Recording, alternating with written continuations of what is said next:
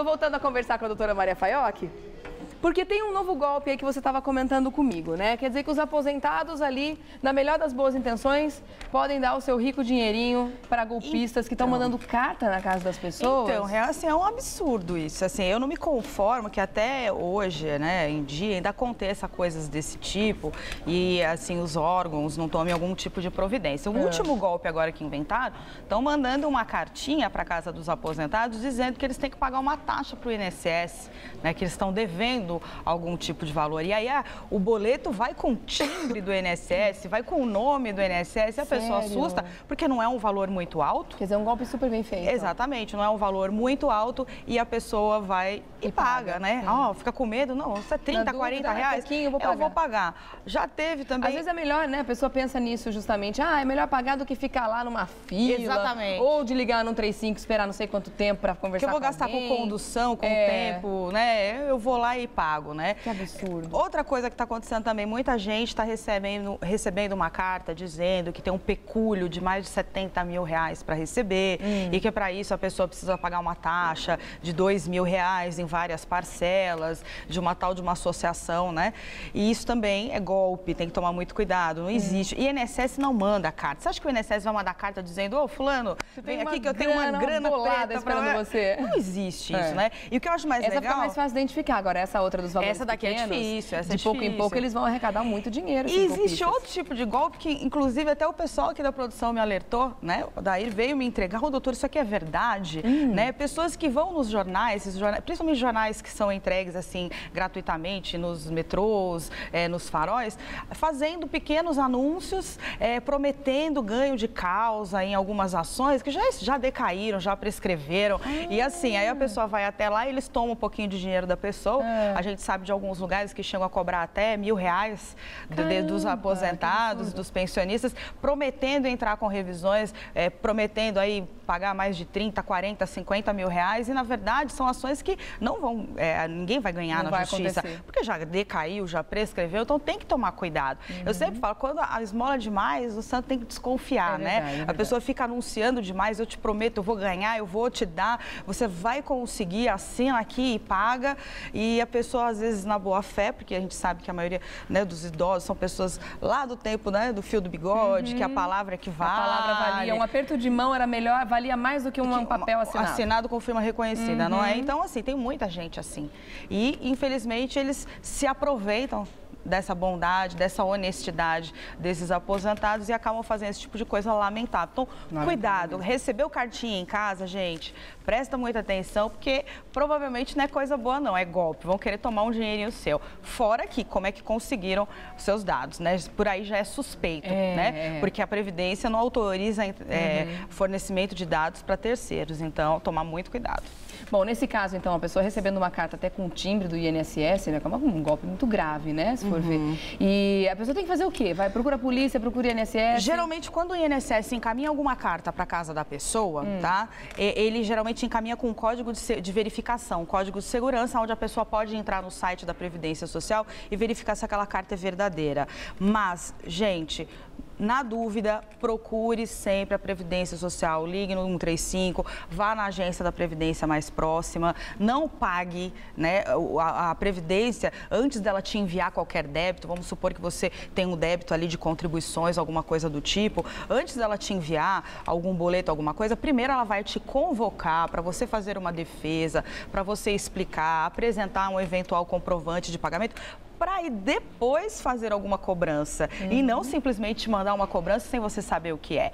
Então, muito cuidado, não pague realmente. Antes de pagar, tem que ir na Previdência, porque é aquilo que a gente estava falando, né? O valor é pequenininho, a pessoa, porque eu vou gastar com tempo, dinheiro, transporte, não sei o quê, eu prefiro pagar. Pelo menos você sabe que não foi vítima de um golpe, né? Exatamente. E evita pagar isso aí.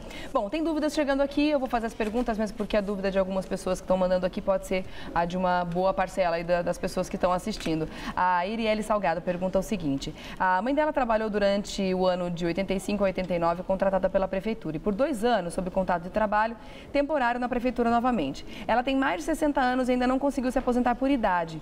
Ela está trabalhando atualmente com carteira assinada. O que ela deve fazer para conseguir esse direito? Então, Então, é um pouco vago ela tá meio vago, porque ela fala que trabalhou de 85 a 89, né? A gente tem aí de 4, quase 5 anos. Depois fala que trabalhou mais 2 anos, não 6. Ela não informa quanto tempo ela já está trabalhando com registro em carteira.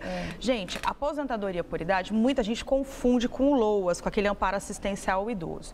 O amparo assistencial ao idoso é para pessoas com 65 anos ou mais, homem ou mulher que não tenha renda e que se encaixa ali nas regras da Lei Orgânica da Assistência Social. Ou seja, eles vão pegar a renda por pessoa da família e não pode ser superior a 1/4 do salário mínimo. A aposentadoria por idade, a regra é diferente. Além da idade, a mulher tem que ter, né, 60 anos e o homem 65. Além dessa idade mínima, tem que ter um mínimo de contribuição, que é de 15 anos. Tá. Então, provavelmente, ela não está conseguindo se aposentar, já tem os 60 anos, ela já completou a idade, mas ela tem que completar os 15 anos de contribuição.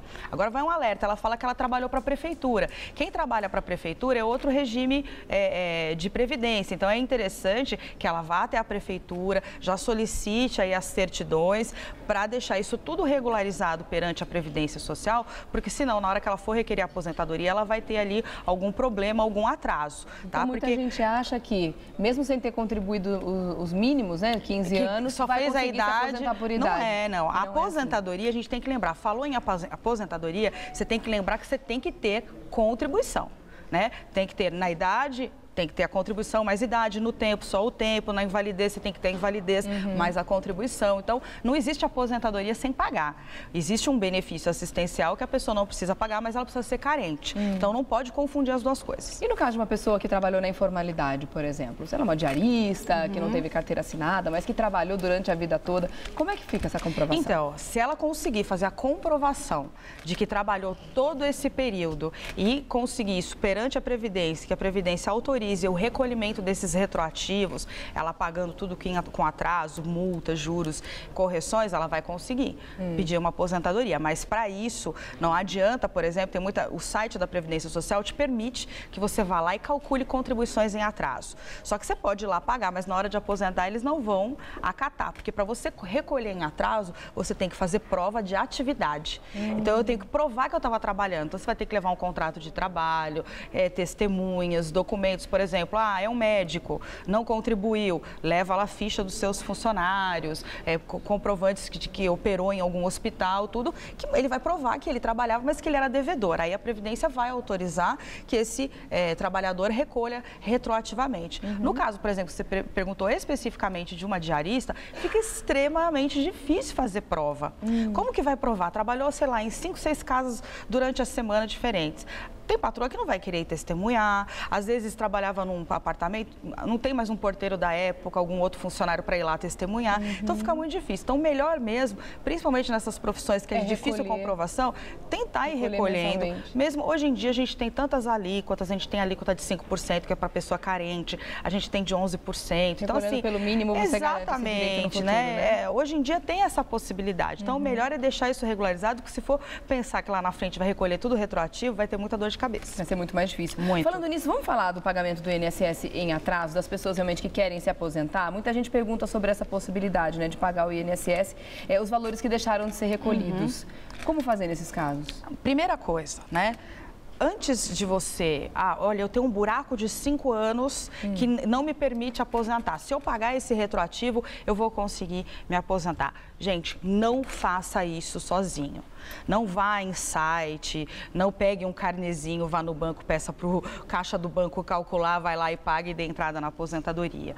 E isso é a maior furada que tem, tá? Porque na hora da aposentadoria, o INSS vai acontecer igual a pergunta da telespectadora, né? Ele vai querer comprovação de atividade remunerada. Ele vai querer que você prove por A mais B que durante todo aquele período que você ficou sem contribuir, você estava realmente trabalhando.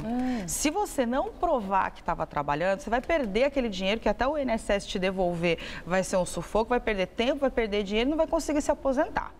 Então, não recolham. sem qualquer tipo de autorização da Previdência Social, qualquer contribuição em atraso de períodos que você não tem ali uma inscrição de autônomo, né, uma inscrição perante a Previdência. Então, você vai ter que entrar com um processo de atualização de CNIS, que a gente fala. A gente já sempre falou do CNIS aqui, que é aquele Cadastro Nacional de Informações Sociais. É como se fosse um extratinho bancário da vida profissional do trabalhador. Então, você tem que entrar com um pedido de atualização, você tem que pedir que seja atualizado, que aquele período que seja comprovado que você trabalhou, você vai ter que apresentar provas de trabalho e pedir que a Previdência Social calcule esses atrasados para pagamentos. Somente após isso é que você pode realmente fazer o pagamento. Não faça pagamento, vou repetir, vou ser chata aqui, não faça pagamento sem o ok, sem o aval da Previdência Social, que você vai perder dinheiro e não vai conseguir se aposentar. E isso acontece muito, Rê. Muita gente, comum, né? Muita gente às vezes fica, por exemplo, muita gente vende cosmético, né? Acaba fazendo unha a domicílio, faz bolo para fora e tal, na esperança que um dia vá conseguir pagar ou que vá arrumar um emprego fixo e fica levando aquela vida. E não consegue, fala, agora eu vou regularizar. E acha que é simplesmente pagar tudo, e não é, gente, tomar muito cuidado. E é bom que as pessoas saibam disso, porque os números da informalidade no Brasil são enormes ainda, né?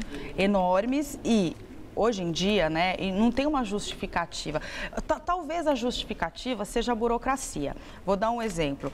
Pessoas que ganham até 2 salários mínimos podem fazer inscrição para pessoa de recolhimento de baixa renda. Então, é só a pessoa ir no CRAS, né, que é aquele Centro de Referência de Assistência Social das Prefeituras, faz a inscrição no CRAS. Com essa inscrição, vai ter ali uma inscrição do CadÚnico, vai no INSS e apenas vai pagar 5% do salário mínimo todo mês para se aposentar. Só que, por exemplo, a gente já teve casos de reclamações de pessoas que foram no CRAS mais de uma semana, chega lá, o sistema está fora do ar, está fora de serviço e a pessoa não consegue fazer a inscrição. Então, eu acho que hoje em dia está muito fácil recolher, o valor não está tão absurdo como era antigamente, você tinha que ficar seguindo tabelas. O problema maior é a burocracia, às vezes você não consegue fazer uma inscrição, às vezes você vai no INSS, o funcionário acaba ali, né, botando tanto empecilho que você não consegue fazer sua inscrição. Mas é muito fácil recolher, né? É 30 e poucos reais por mês, então assim não fica difícil. E vale a pena, né? Vale a pena e a pessoa não tem essa dor de cabeça, então você vai de alerta. Quem está com problema, resolve antes de pagar. E quem ainda não tem o problema, está assistindo a gente, regulariza, porque senão no futuro não vai conseguir. Fora que você falou uma coisa super certa no início, né? As regras mudam no meio do caminho, tudo muda. E se daqui a um ano fala, olha, não é mais assim, agora é assado. A pessoa, a minha orientação já não vai valer mais nada. É verdade. Aí você vai ter que se informar mais uma vez como está funcionando o jogo agora. Mais perguntas chegando para você aqui, doutora. É a Lígia Maria Alva que pergunta, como devo proceder para conseguir o benefício para meu filho que é dependente químico? Então, pode ser 2 tipos de benefícios. Pode ser um benefício previdenciário, se ele está pagando o INSS, ele pode vir aí conseguir o auxílio doença, né? Porque a gente sabe que quem é dependente químico, já ficou comprovado, é uma doença, né? Então, a pessoa, se está incapacitado para o trabalho, ele vai conseguir sim o auxílio doença. Ou, se não está pagando o INSS, não está pagando a contribuição previdenciária, ainda existe a possibilidade do amparo assistencial ao deficiente, desde que comprove que a pessoa realmente ela está num grau ali de dependência química que ela precisa de cuidados de terceiros, ela não consegue se manter sozinha e, além disso, de que seja uma pessoa de baixa renda, tá? Esse amparo assistencial ao deficiente e também ao idoso, né, que as regras de concessão são praticamente as mesmas, é um benefício muito difícil de conseguir hoje no país, né? Porque eles fazem assim, eles verificam a renda de todas as pessoas da família, os peritos muitas vezes com medo de enquadrar aquela doença como uma doença grave, acaba negando e a pessoa tem que ir na justiça. Então, se ele está pagando o INSS, é melhor ele pedir o auxílio doença. Tá certo. Obrigada pela participação, viu? Vamos lá, então, continuar com outro assunto que a gente já falou bastante aqui, pelo jeito tem cenas nos próximos capítulos. Tem. São 4 letrinhas, FGTS. Opa! A novela. A novela do FGTS das 4 letrinhas. Bom, a história a gente já falou aqui algumas vezes, Quem tem né? direito. Quem tem direito, quem está com o FGTS desde 99, não é isso? 99 até os dias atuais, né? Tá porque com o esse governo bem defasado. Defasado, porque o governo aplica a danada da TR ao invés de aplicar o INPC. O índice de inflação. Isso, que reflete realmente a inflação. Tá, muita gente entrou na justiça para rever, né, esse dinheiro, porque dependendo do caso pode dar uma diferença enorme nesse saldo do FGTS. Até 80%, é bom lembrar o pessoal de casa. Inclusive, alguns já deu ganho para algumas pessoas? Tem. Já teve no Paraná, já teve aqui em São Paulo, vários juízes dando ganho de causa. Então, isso é muito importante, é uma grande vitória até. Só que tem novidade daqui para frente do que pode acontecer com esse assunto. Você vai falar para mim depois do recadinho, tá bom, doutora? Obrigada, viu? Esse é um assunto que interessa realmente a muita gente, porque a gente sabe, né? Todo trabalhador tem direito a recolher o fundo de garantia. E se você está recolhendo desde 99, com toda certeza tem muito dinheiro seu, ó, que está esquecido lá atrás e que você pode reaver de acordo com o que ela vai explicar daqui a pouquinho, tá bom? Agora vem